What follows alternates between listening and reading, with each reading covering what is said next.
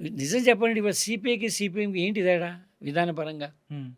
ఎవరైనా చెప్తే బాగుంటుంది. 2 పార్టీలు దేనికి అక్కడ? ఏంటి సార్? సిపిఐకి, సిపిఎంకి హ్మ్. తేడా ఏమిటి విధానపరంగా? వాళ్ళే మాట్లాడతారు, వీళ్ళు అదే మాట్లాడతారు ఇద్దరు కదా! దేర్ ఇస్ కమ్యూనిస్టులే. No difference. హ్మ్. ఏదో ఆ రోజైతే రివిజనిస్టులు, అదే నాన్ రివిజనిస్టులు అని చెప్పి దెబ్బలాడుకున్నారు. 63లో అనుకోండి. హ్మ్. ఇప్పుడేం తేడా ఉంది? అయినా కూడా 2 పార్టీలు ఎగ్జిస్ట్ అవుతాయి. అట్లా చాలా చిన్న చిన్న విషయాల మీద, నీకే సీరియస్ లేని విషయాల మీద కొన్ని సందర్భాలు ఎలా ఉంటుందంటే, నిన్ను పార్టీల నుండి తీసేయడం కోసం ఒక సిద్ధాంత చర్చ పెడతాం మేము. ఓకే. ఇది వ్యవహారము, నాది ఈ వ్యవహారం. రాధాకృష్ణ హ్మ్. తీసేయాలని ముందు నిర్ణయం చేసుకుంటాం. నిర్ణయించుకున్న తర్వాత దానికొక ఆ! చర్చ. నేను కూడా ఒప్పుకుంటే, నువ్వు కూడా ఒప్పుకోండి, విడిపోదాం బాస్ అని చెప్పేసి. కానీ ఊరికనే విడిపోతే బాగుండదు కాబట్టి ఆ! ఒక సిద్ధాంతం మీద విడిపోయినట్టు ఒక సిద్ధాంతం తీసుకొస్తారు. నవ్వులాటగా ఉంటుంది నిజంగా, జోక్‌గా కాదు. హ్మ్. చెప్తే ఏడుస్తారని చెప్పేసి ఒక్కోసారి చెప్పడం బయట ఇబ్బంది అనిపిస్తుంది. పీపుల్స్ వారు 2 ముక్కలు అయిపోయింది ఒక దశలోను. హ్మ్. సత్యమూర్తి గారును, కొండపల్లి సీతారామయ్య డిఫరెన్స్ వచ్చి విడిపోయారు. అదేదో మూడో ప్రపంచ సిద్ధాంతం అనే దాని మీద డిఫరెన్స్ ఒపీనియన్ అని వాళ్ళు గొప్పగా చెప్పుకొని పుస్తకాలు వేసుకొని పంచారు. మూడో ప్రపంచ సిద్ధాంతాన్ని దాన్ని బయటికెళ్ళిన సత్యమూర్తి మాట్లాడలేదు. లోపల ఉన్న కొండపల్లి సీతారామయ్య కూడా తర్వాత మాట్లాడలేదు. హ్మ్. ఎందుకు ఊడిపోయారో ఆళ్ళకే తెలీదు. దాని మీద పుస్తకాలు వేసుకొని విడిపోయారు పైగా. హ్మ్. బుక్స్ వేశారు. చదవమని చెప్పారు జనాన్ని అందరిని కూడాను. హ్మ్. ఇలాంటి పనులు చేసి ఉండాల్సింది కాదు. అప్పుడేమైందంటే కొంచెం సీరియస్‌గా చదివేటువంటి వాళ్ళు వాళ్ళతో ఐడెంటిఫై కాలేకపోయారు. సింపతి వేరు, ఐడెంటిఫై కావడం వేరు.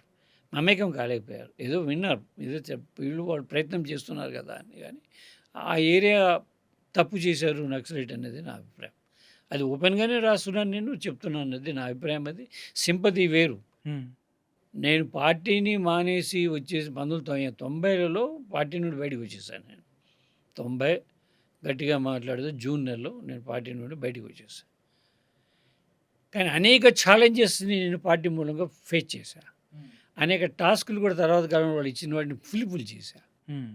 చివరకు సుధాకర్‌ని ఆయన డెన్‌లోను దింపి రావడం కోసం మనం సిటీవీలో పనిచేస్తున్న రోజుల్లో సిటీవీ కారులోనే నా భార్యతో పాటు తీసుకెళ్ళి ఆయన డెన్‌లో ఒరిస్సాలో దింపొచ్చా. అప్పటికి నేను పార్టీ నుండి బయటకు వచ్చి 14 ఏళ్ళు. హ్మ్. నాకేం పని లేదు పైగా. విమర్శించి వచ్చిన వాడిని. అవును. కానీ వాళ్ళలో మనిషి తగినవాడు లేకనో, మరొకనో వాళ్ళు నన్నడిగారు. దింపుతావా? హెల్ప్ చేస్తావా? అని చెప్పి. చేస్తానని చెప్పా. నేను ఒక మనిషి ఫ్రెండు, కమిట్ అయ్యి ఉన్నాడు.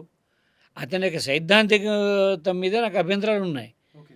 పరిపూర్ణమైనది కాదు, కుదరదు అని చెప్పేసి. కానీ తను కమిట్ అయి ఉన్నాడు, హోల్ టైమర్‌గా ఉన్నాడు. ఓకే. వాడి నిజాయితీని మనం మెచ్చుకోవాలి. అంత నిజాయితీగా అతను ఉన్నప్పుడు ఎళ్లి దింపడం కరెక్ట్ అనుకున్నాను, తీసుకెళ్ళి దింపాను అది. దింపడం వేరు, సిద్ధాంతపరంగా వివరించడం వేరు. అలాంటి ఛాలెంజ్ చాలా సార్లు ఇచ్చారు వాళ్ళు నాకు. ఆ టాస్క్‌లన్నీ కూడా పూర్తి చేసి పెట్టా వాళ్ళకి. అంటే ఎప్పుడు అడిగినా అది ఓపెన్ అది. ఎందుకంటే నా ఫ్రెండ్ నాతోటి డానీ మారిపోయాడు అంటే నాకు ఇష్టం ఉండదు. ఓకే. ఎందుకంటే నాతో పాటు కష్టాల్లో ఉన్నాడోడు, మా వాడు నేను కలిసి కష్టాలు పంచుకున్నాం. ఆ లైన్‌లో కొనసాగాడు అతను. అతన్ని మనం గౌరవించాలి. అతని త్యాగాన్ని మనం గౌరవించాలి కదా! అది ఆ ఏరియాలో కాంప్రమైజ్ కాదు. కానీ కూర్చున్నప్పుడు యూ ఆర్ రాంగ్. నువ్వు చేయలేవు. నీకు కుదరదు. నువ్వు ఆయుధాలతో, తుపాకులతోటి, ఎంత గొప్ప తుపాకులతోని ఎలా ఎలా చేస్తావు అది? ఇవాళ డ్రోన్‌ల పోరాటం జరుగుతుంది. యుద్ధాలు జరుగుతున్నాయి ఏంటి ఇవాళ? యుద్ధ ట్యాంకులతో యుద్ధాలు ఏం జరగవు ఇప్పుడు. వాడి పని అయిపోయింది. అందుకే భారతదేశం చాలా ఏళ్ళుగా భారతదేశం రిక్రూట్‌మెంట్ లేదు సైన్యంలో, తెలుసా మీకు? హ్మ్. అక్కర్లేదు, అవన్నీ కూడా అక్కర్లేదు ఇవాళ. అవన్నీ ఔట్‌డేటెడ్.